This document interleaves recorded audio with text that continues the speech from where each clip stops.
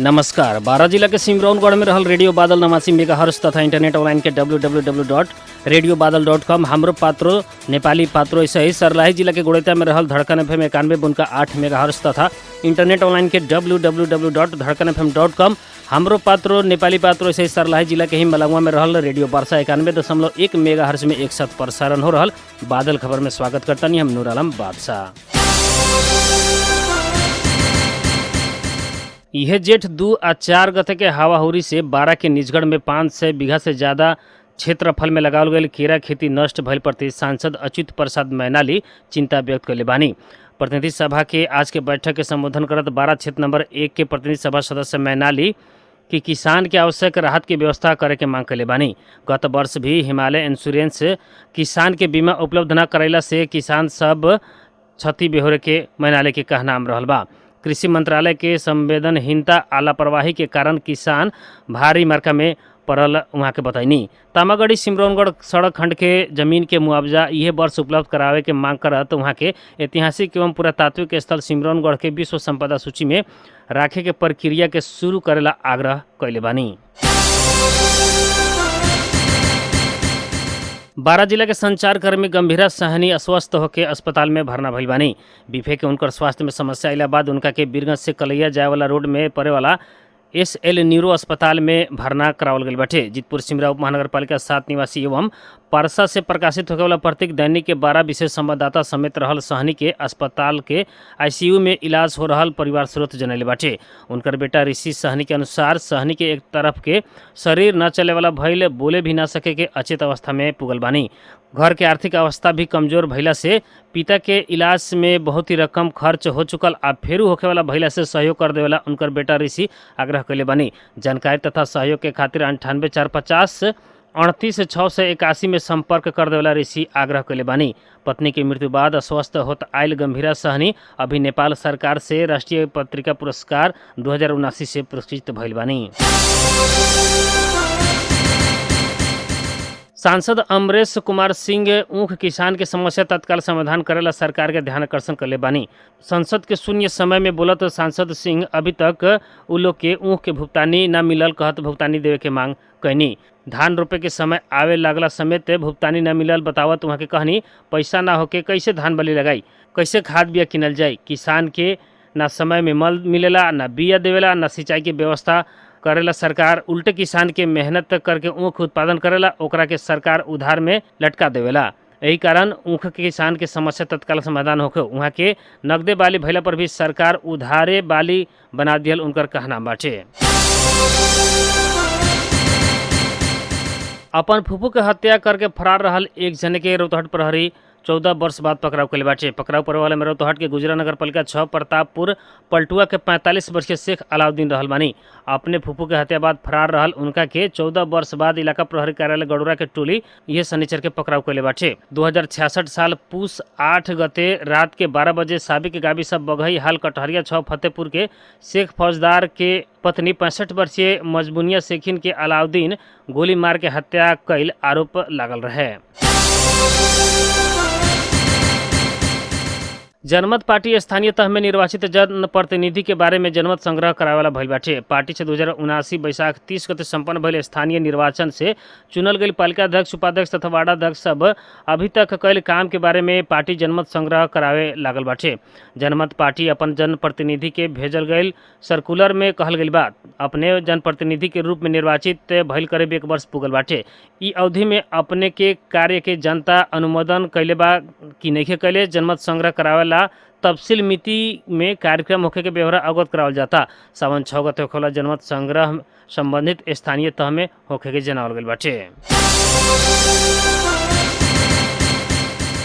जनता समाजवादी पार्टी जसपा नेपाल के अध्यक्ष उपेंद्र यादव नेपाल के राजनीतिक के तीव्र रूप में ध्रुवीकृत हो रहल बतैले बानी। वहाँ के संघीयता के समाप्त करे के षड्यंत्र हो रहल बतावत नेपाल में हो रहल विकास के पछाड़ी लौटावे के विभिन्न शक्ति सब ध्रुवीकृत हो रहल दावी कैनी। मधेश में भी वैसन शक्ति सब देखल गई बतावत अध्यक्ष यादव संघीय लोकतंत्र गणतंत्र के रक्षा के खातिर सभी के सहयोग आवश्यक रहल बताइनी। मधेश सरकार के अधिकार विहीन बनावल टिप्पणी करत वहाँ के संघीयता विरोधी शक्ति प्रदेश अधिकार कटौती में लागल बताइनी। देश में आर्थिक संकट के अवस्था रहल उल्लेख करत अध्यक्ष यादव जौना देश में ऐसन कृषि भूमि जल स्रोत जड़ी बूटी के स्रोत भइल देश में संकट न आवे के चाही लेकिन उचित नीति न भइला के कारण ये अवस्था आयल बताइनी।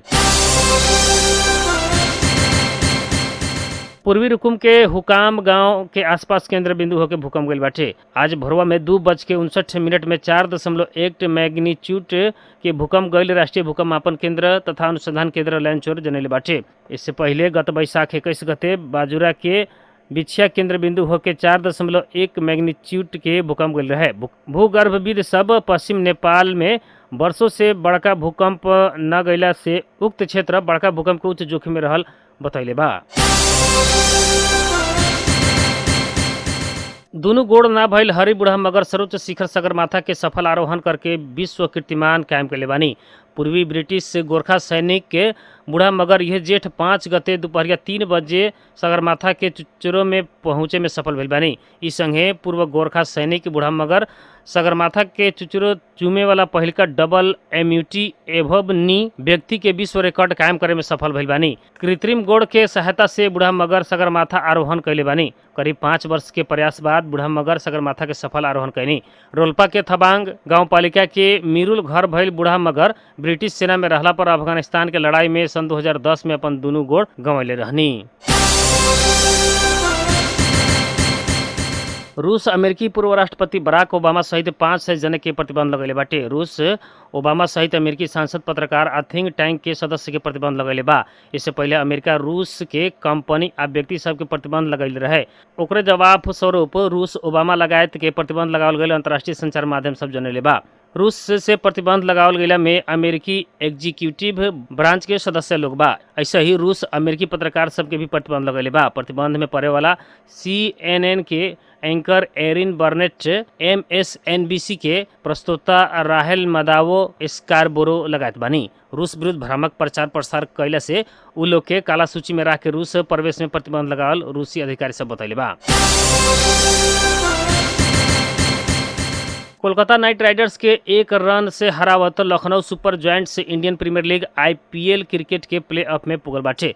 बीतल रात ईडन गार्डन में भइल रोमांचक खेल में कोलकाता 1 रन से पराजित भइल बा। टॉस हार के पहले बैटिंग कैल लखनऊ से दिहल 177 रन के लक्ष्य के पीछा कैल कोलकाता निर्धारित 20 ओवर में 7 विकेट गवा के 175 रन बनैलक। कोलकाता के रिंकू सिंह अभिजीत 67 रन बनैला पर भी टोली के जितावे न सकनी। जेसन रॉय 45 रन बनैनी। लखनऊ के रवि बिश्नोई IS ठाकुर 2 विकेट लेनी। उससे पहले लखनऊ निर्धारित 20 ओवर में 8 विकेट गवा के 176 रन बनैले रहे।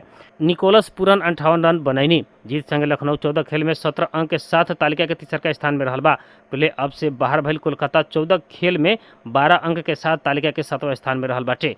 काल भइल पहिलका खेल में दिल्ली कैपिटल्स के 77 रन से हरावत Chennai super kings play off में पुगल बा। 14 खेल में 17 अंक रहल चेन्नई तालिका के दूसरा स्थान में आ 13 खेल में 18 अंक रहल गुजरात टाइटंस शीर्ष स्थान में रहल बा। बादल खबर में मौसम संबंधी जानकारी। रेडियो बादल 89 मेगाहर्ट्ज द्वारा मापन कयल गेल अनुसार सिमरौनगढ़ लगात आसपास के क्षेत्र के भी न्यूनतम तापक्रम 33 डिग्री सेल्सियस रहल बा। ऐसे आज सवेरे 35 डिग्री, दोपहरिया 42 डिग्री सेल्सियस रहल रहे तो आज रात के 28 डिग्री सेल्सियस तापक्रम रहे का अनुमान कयल गेल बा। ऐसे आज सवेरे 5:15 में बेर उगल रहे तो सजिया 6:49 में बेर डूबल बा। 12 जिला के सिमरौनगढ़ में रहल रेडियो बादल 89 मेगाहर्ट्ज तथा इंटरनेट ऑनलाइन के www.radiobadal.com हमरो पात्रो नेपाली पात्रो। ऐसा ही सरलाही जिला के गोड़ेता में रहल धड़कन FM 91.8 मेगाहर्ट्ज तथा इंटरनेट ऑनलाइन के www.धड़कनfm.com हमरो पात्रो नेपाली पात्रो। ऐसा ही सरलाही जिला के ही मलावा में रहल रेडियो वर्षा 91.1 मेगाहर्ट्ज में एक साथ प्रसारण हो रहल बादल खबर से प्राविधिक मित्र रुस्तम सहित हम नूर आलम बादशाह के विदा दी। नमस्कार।